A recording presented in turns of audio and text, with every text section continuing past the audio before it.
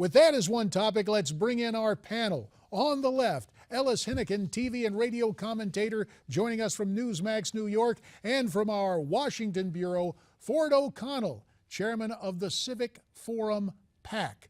Ford, we'll start with you. The author of this article in Politico argues that basically not only the fact that Governor Bush is moderate, but that his last name is Bush might be complicating factors. Do you agree? Well, let's be honest, if his last name were not Bush, and that's a very big if, he would actually be leading the Republican field right now by more than he does. And that's really the bottom line. But here's the deal. If you want to win the 2016 Republican nomination, you can support Common Core or immigration, but if you support both, you are seriously taking your life in your hands. But to be perfectly honest, no one knows Governor Bush's record. Here's a guy who basically cut taxes by $14 billion in Florida, line item vetoed hundreds of in-state pork projects, is pro-life, pro-gun. What more can you actually ask for if you set aside Common Core and immigration? Here's somebody who has conservative bona fides in the most important political state. It's kind of unfortunate right now that talk radio, Laura Ingraham, Mark Levin, and Rush Limbaugh have basically cast Jeb Bush aside. Well, even to take personalities out of it, some other conservatives, maybe like one sitting right here, has some problems because the Republican Party is the Republican Party. It's not the Regency Party. One family doesn't dominate. But let me step aside and let Ellis take a shot. What do you think of a possible Jeb Bush candidacy? Well, listen, all the folks Ford just mentioned have a huge amount of influence over the Republican primary system. I think it may very well be true, and Jeb is talking about this himself, that having some reasonable positions on those issues is darn near disqualifying if you're trying to run in Iowa or South Carolina. You know, good luck getting through some of those whack jobs there to get to the nomination to ever get a chance to win.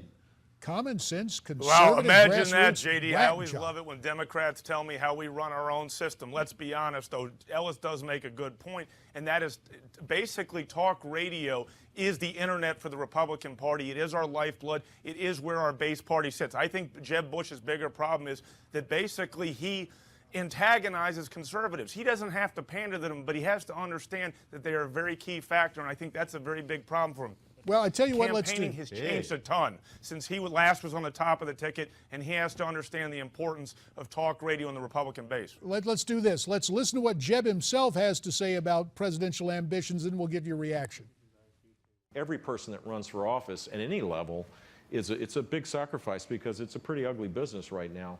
So I'm not saying, oh, woe is me here, and don't get me wrong, but there's a level under which I would never subjugate my family because that's my organizing principle. That's my life.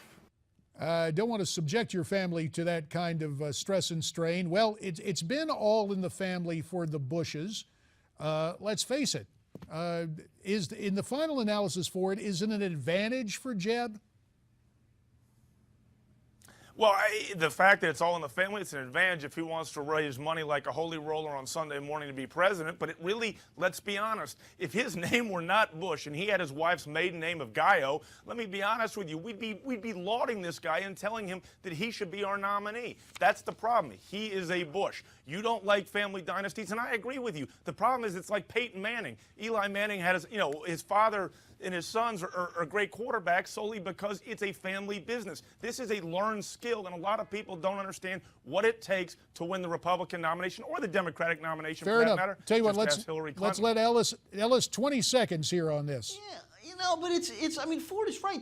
There's a real problem here, guys, right? If you have a party where to get the nomination, you have to bend over backwards to the most extreme elements in the party, it's not a very good way to begin a broad-based general election that has to attract folks in the middle. Okay. And you guys, for some reason, you're in this box right now. I don't know how you get out of it. Well, time is upon us. Gentlemen, stay with us. We'll be right back after